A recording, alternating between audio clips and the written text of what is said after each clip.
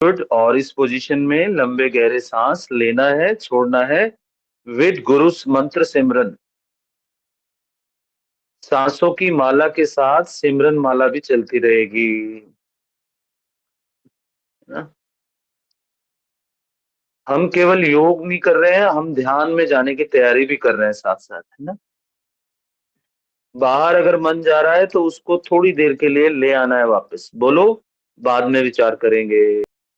हमारी रीढ़ की हड्डी में बहुत सुंदर फ्लेक्सिबिलिटी बढ़ती है भुजंगासन से।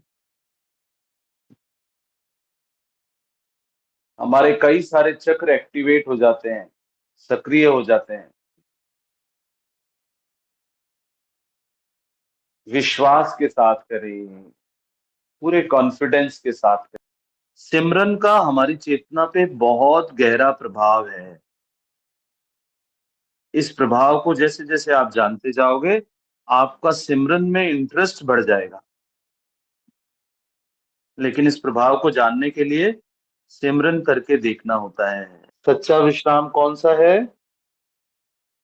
जहाँ पे मानसिक रूप से और शारीरिक रूप से, दोनों रूप से विश्राम करते हैं, वही सच्चा विश्राम है। जनरली हम लोग शारीरिक विश्राम तो करते हैं, लेकिन मानसिक विश्राम के बारे में हमें ज्यादा पता नहीं है और हम विश्राम नहीं कर पाते ठीक से। मुझे कुछ नहीं चाहिए, मुझे कुछ नहीं करना है और मैं कुछ नहीं हूँ। ये तीन बातें आपको बहुत गहरा विश्राम देती हैं। हमने बात किया था, अंगड़ाई हमारे बॉडी को डिटॉक्स करती है, पूरे नर्वस सिस्टम को डिटॉक्स करती है, विषैले तत्वों से मुक्त करती है। सिमरन मंत्र का अर्थ है मैं वही हूँ, सब वही है। ईश्वर में और हमारे में कोई भेद नहीं है। जिसके अंदर विश्वास ज्यादा दृढ़ होता है, उसके सारे काम चाहे सफल हो या असफल, मुस्कुराहट के साथ होते हैं, तृप्ति देते हैं, मोक्ष देते हैं। एकदम ढीला रहता है, हिलता नहीं है। वैसे जो हमें दीक्षित मंत्र है, जो हमारा गुरु मंत्र है, जो हमें दरबार से गुरु दीक्षा में मिला है, उसकी गहराई मैं आपको थोड़ी सी शेयर करना चाहता हूँ, जो मेरा पर्सनल अनुभव है। कहते हैं ना कि गुरु के अंदर एक शक्ति होती है जिससे वो प्रारब्ध को कम कर सकता है। केवल गुरु के पास एक ऐसी शक्ति है और वो शक्ति इस दीक्षित मंत्र के अंदर समाई हुई है। जब हम दीक्षित मंत्र का सिमरन करते हैं, भाव के साथ सिमरन करते हैं, है ना, श्रद्धा के साथ सिमरन करते हैं, तो ये दीक्षित मंत्र हमारे प्रारब्ध को काटता है। प्रारब्ध को काटने का जो सबसे सुंदर टूल दिया है, यंत्र दिया है, वो दीक्षित मंत्र ही है ना। तो आप अपने दीक्षित मंत्र से अपने प्रारब्ध को काट सकते हैं,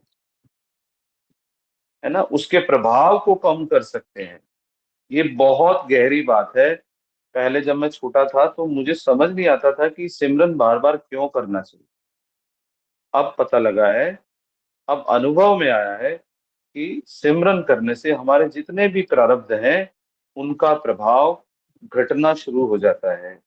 जितना ज्यादा इंटेंसिटी के साथ आप सिमरन करते हो, जितना ज्यादा श्रद्धा के साथ, प्रेम भाव के साथ, आदर के साथ करते हो, उतना ज्यादा प्रारब्ध तेजी से कम होने लगता है, उसका प्रभाव घटने लगता है ना। क्योंकि ये तो सच है कि हमें अपने कर्मों का फल लेना होता है। वो हमें छूटेगा नहीं, ये प्रकृति का नियम है। लेकिन गुरु के दिए दीक्षित मंत्र से उसके प्रभाव को कम किया जा सकता है, जीरो भी किया जा सकता है ना। ये हमारी श्रद्धा पे डिपेंड है, हमारे इंटेंसिटी पे, हमारी जिस तीव्रता के साथ हम उसको करते हैं उसके साथ होता है ना। और सिमरन ऐसा नहीं है कि अकेले बैठ के ही करना है। आप अपना काम करते करते अगर मन में उस ईश्वर के साथ जुड़े हुए हो तो सिमरन चल रहा है, बहुत सुंदर सिमरन चल रहा है। ओके। प्रारब्ध मतलब हमारे द्वारा पिछले जीवन में, इस जीवन का जो पिछला क्षण बीत चुका है उस तक, जो भी हमने जीवन जिया है आज तक, उसमें किए हुए कर्मों का जो हमें फल मिल रहा है उसको हम प्रारब्ध बोलते हैं। मन कहीं बाहर जाए, किसी विषय में उलझे तो वापस ले आना है। और सुषुम्ना नाड़ी और जितने भी चक्र हैं बॉडी में, सबको एक्टिव करता है, सक्रिय करता है। बाहर के किसी भी विचार पर विचार न करें, पूरी तरह अपने साथ हमारा जो संबंध है, जो कनेक्शन है, उसको स्ट्रॉन्ग करें। शरीर में जो ऊर्जा का संचार हुआ है उस पर अपना ध्यान ले जाएं।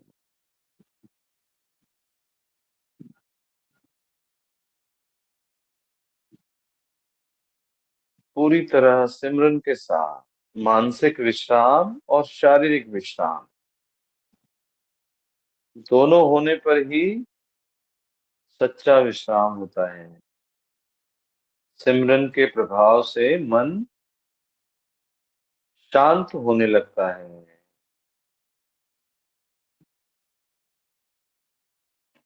शांत मन में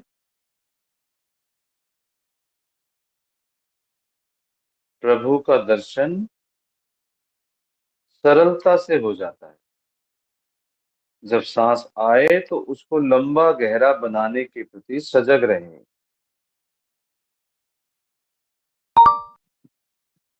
और सांस के अपने आप छूटने का भी इंतजार करें।